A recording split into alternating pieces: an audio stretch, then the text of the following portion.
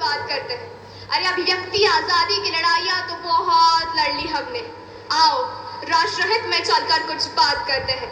नमस्कार, मैं अक्षता मानसी माधव देशपांडे, कुंभ क्षेत्र नासिक महाराष्ट्र से मंचस्थ मान्यवर एवं यहाँ उपस्थित युवा शक्ति का मेरी जन्मभूमि महाराष्ट्र में स्वागत करती हूँ। आज मैं अभिव्यक्ति की स्वतंत्रता लक्ष्मण रेखा का इस विषय पर अपने विचार रखने आई। अभिव्यक्ति यानी विचारों का प्रकाशन।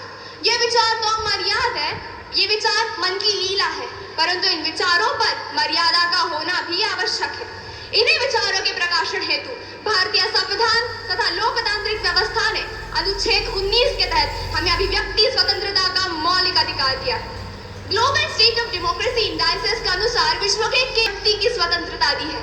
हाँ, अगर भारतीय परिप्रेक्ष्य से बोले तो हमारे लिए केवल अधिकार नहीं, अभी तो भारतीय सभ्यता एवं संस्कृति की महत्वपूर्ण विशेषता भी है।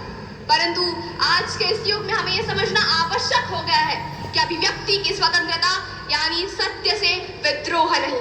जहां स्वतंत्र पूर्व भारत में हमारे पत्रकारों ने अपनी कलम की तलवारों से हमारे नागरिकों को जागरूक किया, वहीं आज के समय में हमारे वही पत्रकार किसी न किसी एक विचारधारा के हाथों की कठपुतली बन चुके हैं। केरला हाई कोर्ट के अनुसार freedom of speech is not licence to abuse justice system with your half baked facts and little knowledge about judiciary. अगर एनसीआरबी की रिपोर्ट की माने तो गत 7 वर्षों में अभिव्यक्ति के नाम पर देश में हिंसा का प्रसार 500% से बढ़ गया है।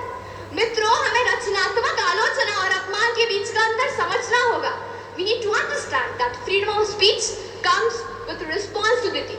हाँ, आज हमारे पास अभिव्यक्ति तो है, पर उसकी लक्ष्मण रेखा का है, क्योंकि मर्यादा से परे स्वतंत्रता भी परतंत्रता ही कहलाती है।